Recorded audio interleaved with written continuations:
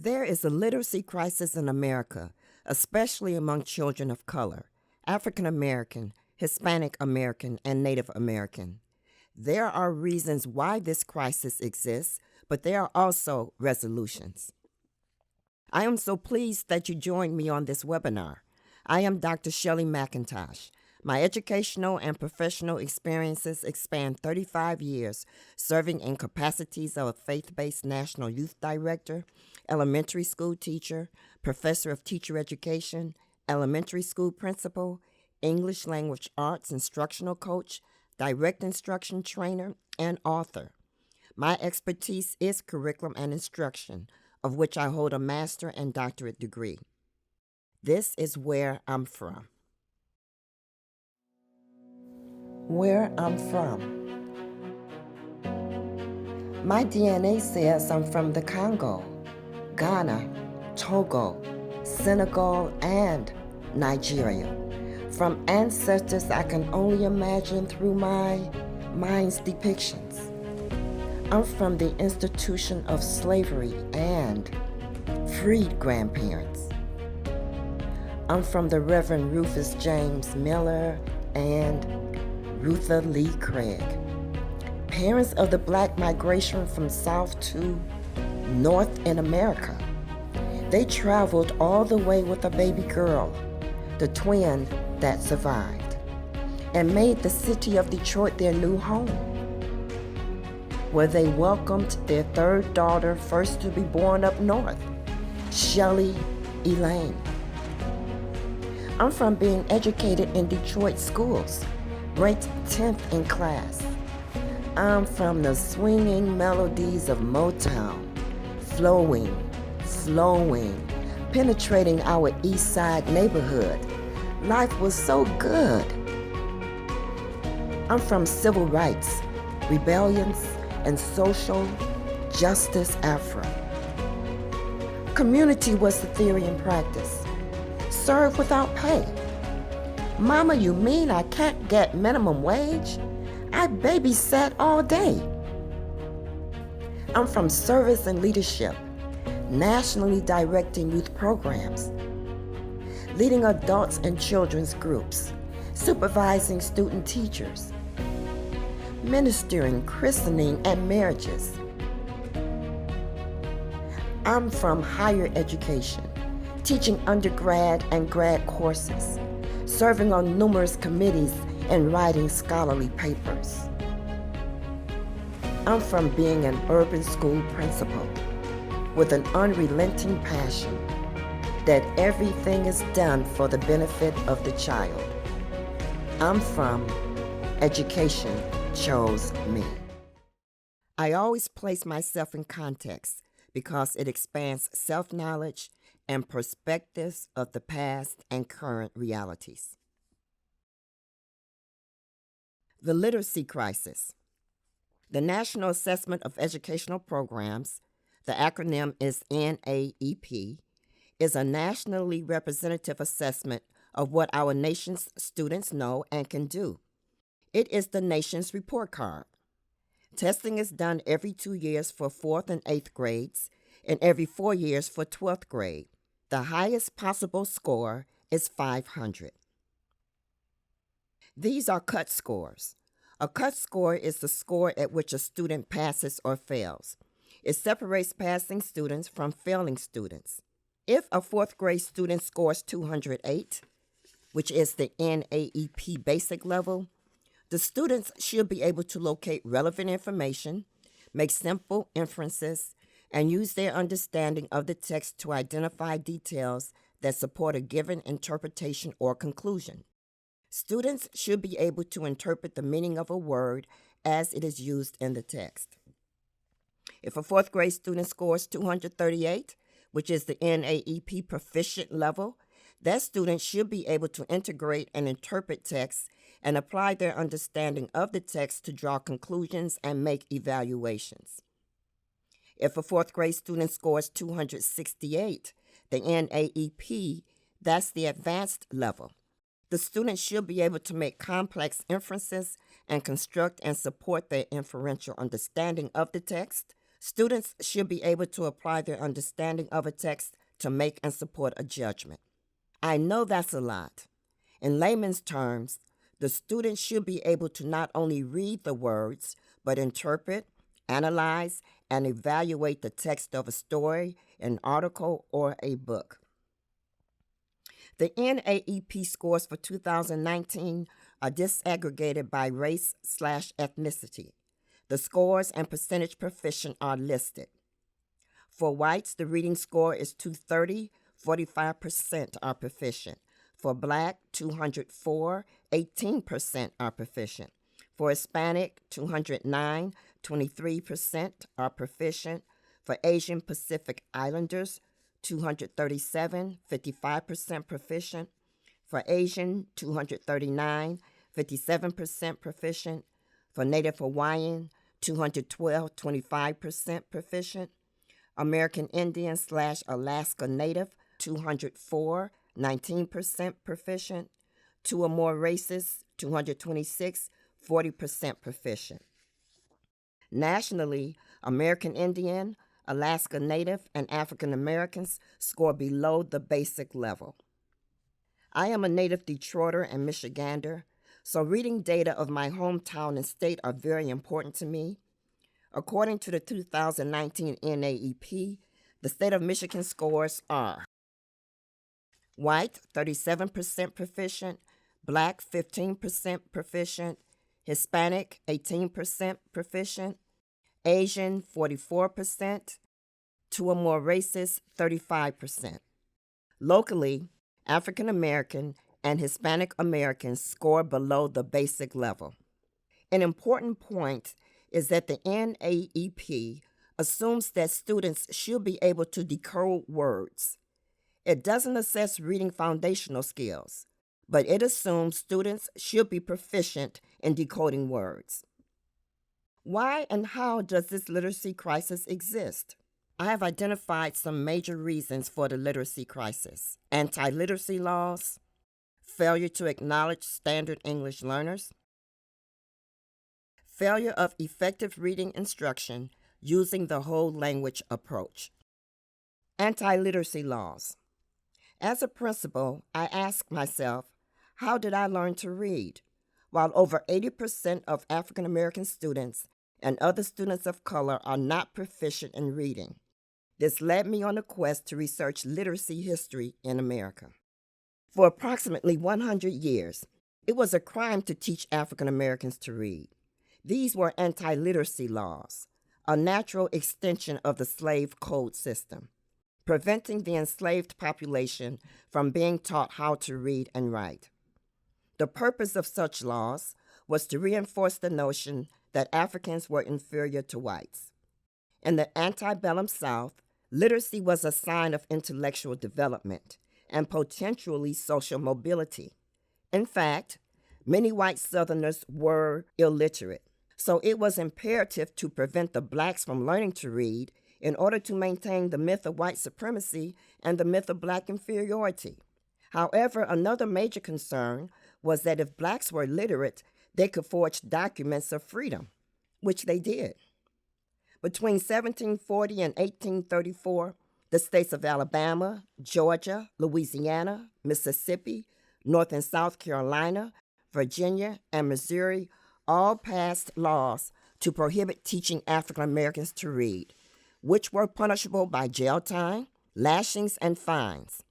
In the North, there were no laws against teaching blacks to read or write, but there were laws preventing them from attending public school. Angry mobs destroyed private schools who admitted black students. The United States is the only country known to have had anti-literacy laws. Another reason is the failure to acknowledge standard English learners. I attended the Harvard National Institute for Urban School Leaders. Approximately 300 administrators from various states and countries were in attendance. This was the first time I heard Dr. Norma Lemoynes. She presented the NAEP statistics and asked why students of color score low and why is there a reading gap between them and white students. Several administrators responded with lack of motivation and lack of parental support. She listened for a few minutes and then stated that language played a major role in reading proficiency. Dr. Noma Lemoynes has researched language acquisition extensively of several racial groups. She identifies the linguistic rules, culturally and historically, that students bring to the classroom. For African Americans, she identifies the following. These are phonological features of African American language. She identifies consonant cluster as one of the ways that African Americans speak differently. In mainstream American English, these consonant clusters are pronounced as in the following words: desk, test, code. But in African American language, we will leave off a consonant. So instead of saying desk, we would say desk. Instead of test, test. And instead of code, coal. She mentioned the TH sound, that many of the African slaves that were brought to America came from the west coast of Africa, and there was no TH sound. So instead of saying this, they would say dis. Instead of saying thin, would say tin. And instead of saying mouth, would say mouth. She also mentioned about the R sound. In mainstream American English, it would be sister or Carol, but in African American language, it just may be sister or Kale. And the stress patterns are different. In mainstream American English, the stress is put on police or hotel, but in African American language, it would be the police or hotel. And the L sound. In mainstream American English, it would be always or million. In African American language, it would be always or million. Her research indicates that there was no TH sound in West Africa, as I stated. My DNA shows that this is where I'm from. Suddenly, I remembered that when I was very young, I would say this for this, them for them, and that for that. In fact, that brought tears to my eyes. She continued by saying that African slaves had no formal English class. They ingeniously integrated language rules from their native tongues to learn English. The pronunciation and meaning were passed from generation to generation. Dr. Lemoynes points out the grammatical features also. There is a linking variable. In mainstream American English, they would say he is going, whereas in an African American language, we just may say he going. And then there's the possessive marker, John's cousin. We just may say John cousin. The plural marker, I have 5 cents. In African American language, it will be I have 5 cents. We leave that S off. And verb agreement, he runs home. In African American language, we may say he run home. And then there's the habitual be. In mainstream American language, she is often at home. In African American language, she be at home. The cultural differences in pronunciation and grammar affect students' learning. For example, a teacher corrected the pronunciation of a second grader who said "afa" instead of "after." The student told the teacher she was wrong because her grandmother says "afa." Dr. Lemoynes stated that African American, American Indian, Hawaiian American, and Mexican Americans are standard English learners, which means standard English is not native to them. They speak English relevant to their culture, experiences, and history. These students from diverse cultures enter a traditional American school where their culture, language, experience, behaviors, and ways of learning often do not match school norms and teacher expectations. Thus, they constitute a large percentage of those students performing below and far below basic in core academic areas.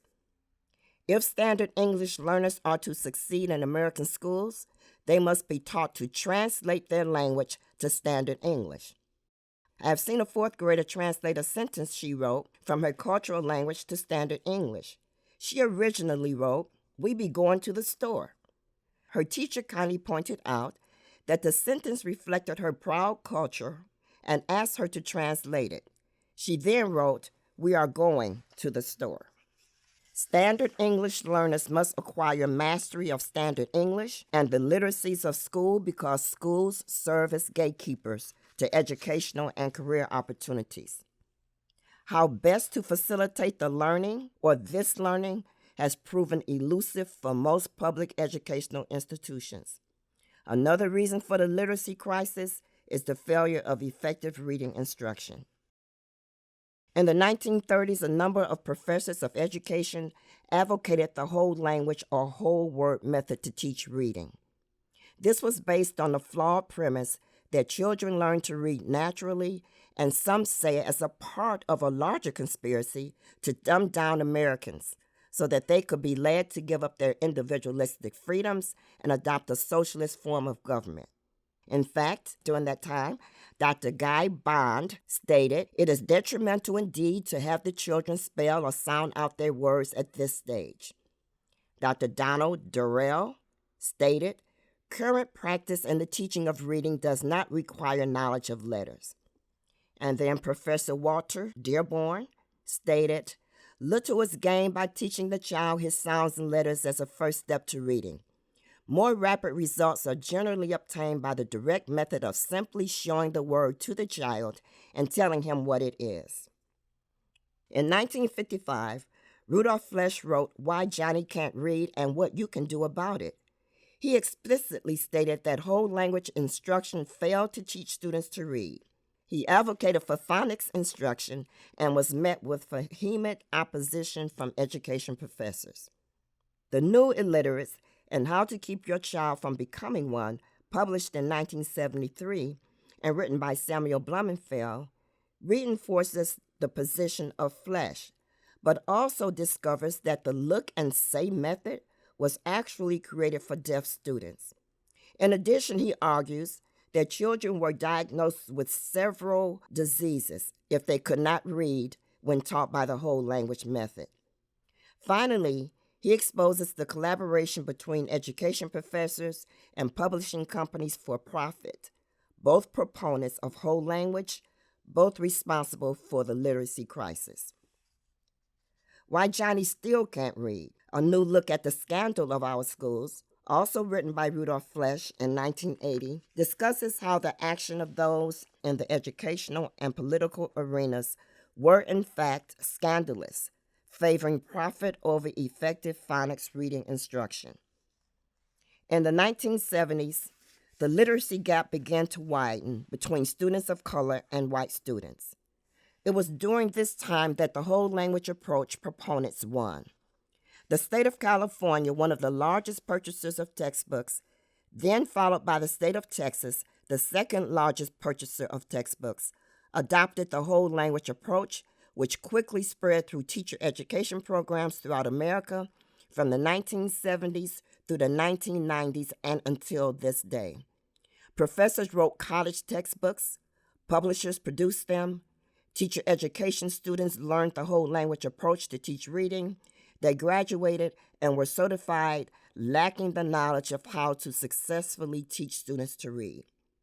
The whole language approach, the failure of professors of education and teachers to consider the cultural language and experiences students bring to the classroom, lack of knowledge about the history of reading instruction and the underlying philosophies, and profit over rationality all contribute to the literacy crisis.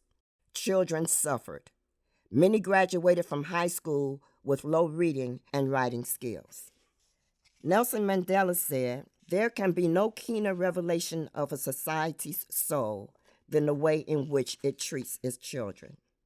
Our children are our gifts. My firstborn is a girl named Latifah. She is much older now.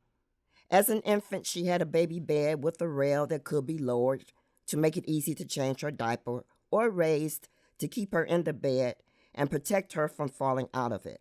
One sunny day when Latifah was about 7 months old and could crawl, I placed her in the baby bed to take a nap, gave her a bottle, and raised the rail. I left the bedroom, walked through a short hallway, the living room, then the dining room, and into the kitchen where I proceeded to wash and sterilize her bottles. Suddenly, I felt the presence of something behind me. When I turned around, I was startled. Latifah was on hands and knees with a big smile. I picked her up and asked, "How did you get out of bed?" As if she could answer me. I placed her back in the bed and said, "Show me how you got out." She grabbed the rail, put one leg over, then the other. I caught her to stop her from falling to the carpet. As a young mother, I didn't know that my baby was internally motivated to get out of that bed. I have learned that my baby was born, as all children, with 3 psychological needs. One is to be autonomous. She decided to get out of that bed on her own. 2, the need for relatedness. She wanted to be with me, not in a bedroom by herself. And 3, the need to be competent. She wanted to master her environment, to do it herself. She was born with something inside so strong that motivated her to act without any external rewards, but for the sheer joy and satisfaction of mastery. All human beings are born with these needs. This is the self-determination theory, which posits how we are internally motivated. When the environment nurtures all 3, then we flourish, thrive, expand, evolve, and have a healthy mental state. However, when they are not met, there's emptiness, frustration, low sense of self, and a mental state in turmoil. Children have a need to be competent, which means to have the ability, knowledge, or skill to succeed. School success depends on being competent in reading, whether it is the Common Core state standards or state-developed curriculum. It requires that students are competent in knowing how to read, to gain understanding by reading, and to analyze the writings of authors in all genres: poetry, fiction, nonfiction, and informational text. These curriculums also require that students are able to write essays, persuasive, informational, poetry, etc. But if students cannot read proficiently, they are unsuccessful in their academics. Legislators recognized the literacy dilemma and, instead of analyzing the root of the problem, addressed the symptoms through punitive actions against the child in the form of the 3rd grade reading law. According to the National Conference of State Legislators, in 2015, roughly 2 out of 3 4th graders failed to score proficiently in reading. Legislators believed that states would take literacy seriously if students were retained. Currently, at least 26 states have 3rd grade reading laws that allow students to be retained if they are not reading proficiently by the 3rd grade. Black students are retained more than any other group. Not reading proficiently and then being retained have negative effects on the emotional and psychological state of children. Retention impacts graduation rate. Children retained in kindergarten through 5th grade, 60% of them are less likely to graduate high school. Black and Hispanic are more likely to be retained. In school year 2009 through 2010, 56% of those retained in the 4th grade were African American, and 49% of the 3rd grade were African American. In all years between 2000 and 2016, a higher percentage of Black and Hispanic students than of white students were retained. Percentage of white and Hispanic students retained in 2016 were about the same. In 2019, disparities in retention continue. The need to be competent is oppressed. Children portray their anger by being defiant with teachers, or they draw attention to themselves by talking loud and joking. They may feel hopeless. Emotionally, they are in turmoil. They are only children, and if they are to be competent in reading and school success, then intentional adults must create a learning, nurturing environment. There are ways to resolve the literacy crisis. There are resolutions to the literacy crisis. 1, effective reading instruction. 2, brain research that points to phonics being most effective. And 3, the direct instruction model. Effective reading instruction. Neuroscientist Dr. DeHaan researched how the brain is impacted by learning to read. The results indicate that the brain creates an interface between sound, spoken language, and symbol, written language. And even as adults, the brain still processes individual letter sounds when we read. Dr. DeHaan strongly advocates phonics instruction as the only way to teach reading. However, there must be an effective teaching model for students to be successful. The direct instruction model posits if the student hasn't learned, the teacher hasn't taught. This is the premise of Dr. Siegfried Engelmann, creator of the direct instruction model.